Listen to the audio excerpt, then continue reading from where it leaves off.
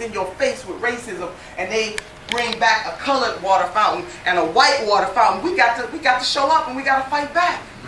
But sisters and brothers, that's easy. I'm more worried about the people who wear blue suits over white sheets. That's right.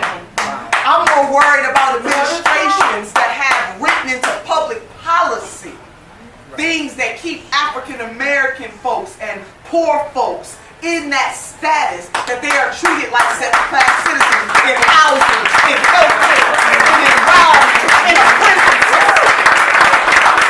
All of that. Detroit is a tale of two cities.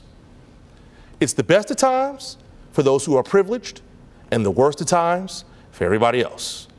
These are the times that try men's souls.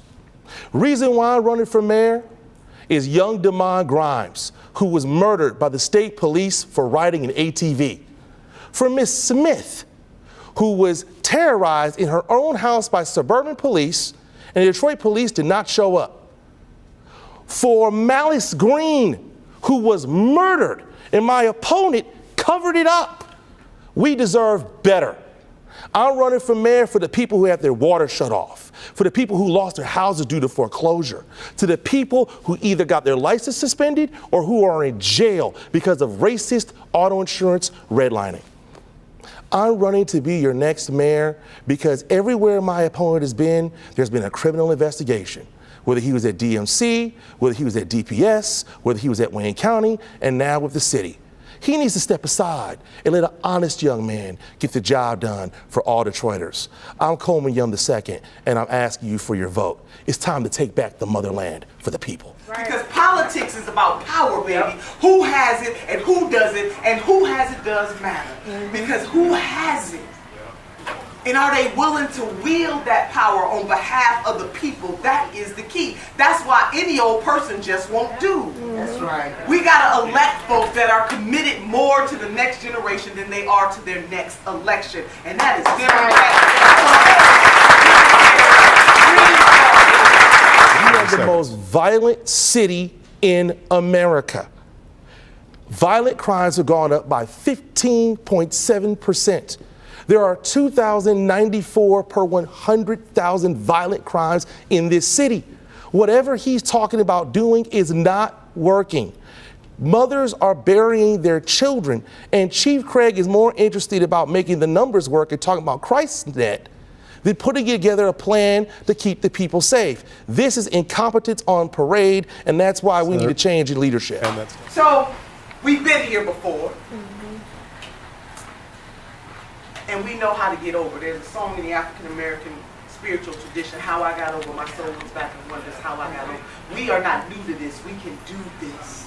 And Detroit in particular, you understand, just like your sisters and brothers in Flint, Michigan, you understand what it's going to take to push this city to the next level, and thereby this state to the next level, and thereby this nation to the next level. I'm a Midwesterner too, and I get it.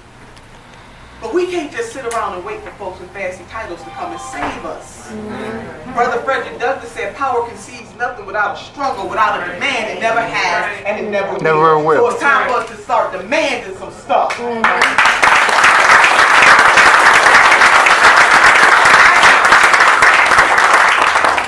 Reminded of Asa Philip Randolph, leader of the Brotherhood of Sleeping Car Porters. Toiled in the civil rights movement even before the civil rights movement was in vogue. But we tend to forget about that because we jump right to the 60s. But some of my history buffs will know that Asa Philip Randolph and his contemporaries put a demand on President FDR about the military industry, the military industrial complex in America. And basically he said to President FDR that we need some stuff. And he wasn't talking about something for him as an individual. He was talking about for a people. To be able to get jobs in that industry and be treated like equals in that industry. And he put the president on notice. He said, these are our list of demands. And if we don't get our list of demands, don't worry about it, we coming. And we gonna march on Washington.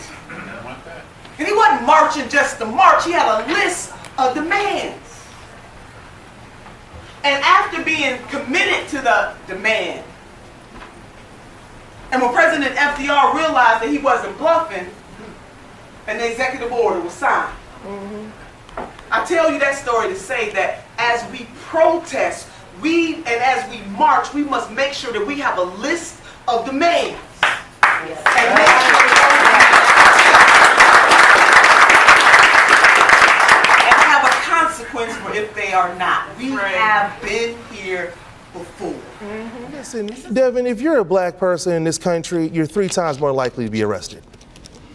You're 3 times more likely to be handcuffed. You're 3 times more likely to be searched. You're 5 times more likely to be incarcerated. You're 6 times more likely to be incarcerated longer than your white counterparts. This is a serious issue. And what we need to do is we need a mayor who understands and hears the cries of the people and is willing to put people back to work, rebuilding our roads, tearing down these abandoned buildings, making sure that minority contractors get jobs, and when they get jobs, make sure they get paid, because that's not going on under my opponent's administration. But secondly, we also need a mayor that's going to talk to the people honestly about race and what's going on. That if you're an African-American person, you are 2 times more likely to be unemployed. Even if you have the same level of college education as your white counterparts, you're 103 times more likely to be in a more expensive mortgage, and you're more likely to have college debt than your white counterparts. That's why we need to raise the minimum wage to $15. That's why we need to make sure that we have people jobs and opportunities, and we have community benefits agreements with legally binding mandates where they don't hire Detroiters, and if they don't provide benefits in a neighborhood, they're going to be taken to court. You know, I'm telling you, I'm mad as hell. You know, I am. I'm an angry black woman, and I'm taking applications. Angry black man. Everybody can sign up for the club and join the club. Because if you're not mad in this environment, and even before, and I'm not talking about Mr. Trump, but if you are not angry and mad, that over 2.2 million folks are housed in prison and almost 1 million of them are black, something's wrong. That's right. If you are not mad that we live in a country where even civil rights and voting rights are not a done deal in this country, that folks shall be beholder to strip back access to the ballot box, which is the greatest equalizer that we have before Mr. Trump got in office, then I don't know what's wrong with you. Oh yeah, I'm mad. If you're not mad or angry about environmental injustice, that has almost been 4 years since our sisters and brothers in Flint, they still don't have new pipes to have clean water in the United States of America, then something is wrong with you.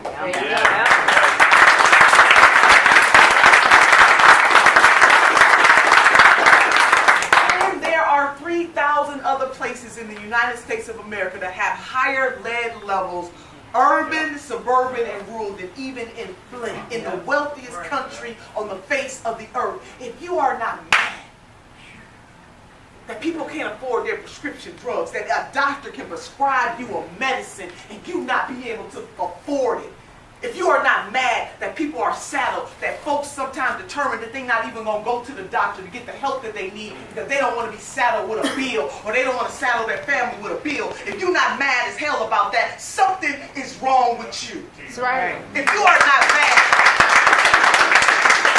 that you got elected officials in the Congress in particular who have access to the best health care in the world on our dime, and then say we can't have Medicare for all, something is wrong with you.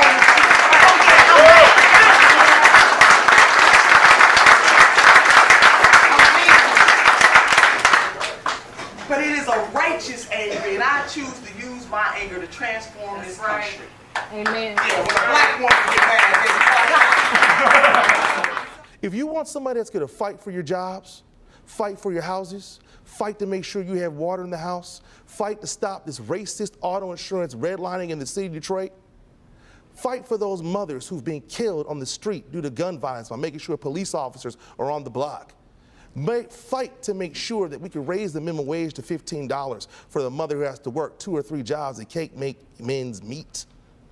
Fight to make sure for those families, those women who work, who are overworked and underpaid. If you want a man who's going to stand up and fight for what's right and what's true, vote Coleman Alexander Young II. It is time to take back the motherland. It is time to take our freedom back. Vote for change. Vote for Coleman Young for mayor.